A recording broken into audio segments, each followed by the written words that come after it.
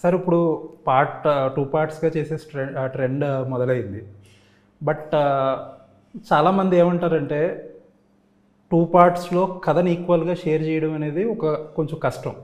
కొంతమంది డైరెక్టర్లు ఏంటంటే సెకండ్ పార్ట్‌లోకి కథ ఉంచాలని చెప్పి ఆల్రెడీ ఫస్ట్ పార్ట్‌లోకి రాసుకున్న కొంచెం కథని హోల్డ్ చేసి, కొన్ని సీన్‌లు హోల్డ్ చేసి సెకండ్ హాఫ్‌లో అలా బ్యాలెన్స్ చేయడంలో ఫస్ట్ హాఫ్ కొంచెం సెకండ్ హాఫ్ కంటే తగ్గే అవకాశాలు ఉంటున్నాయి.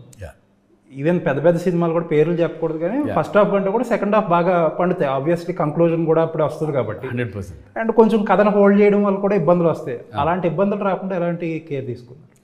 లక్కీగా ఇది పేపర్ మీదే 2 పార్ట్లా ఉన్నట్టుందండి. 2 ఇంటర్వ్యూలు 2 క్లైమాక్స్లు రాసేదానికి ఓకే, అది తెలియలా.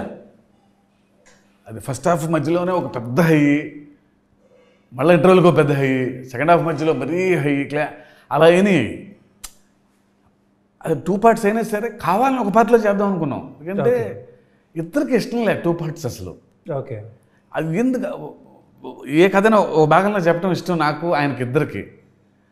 అదేదో అందరు చేస్తున్నారని చేసినట్టు ఉంటుందని వద్దని పరిమాల 2 సినిమాల కంటెంట్ని ఒక సినిమాలో చెప్పేద్దామని కకృతిగా ట్రై చేసాం ఫస్ట్.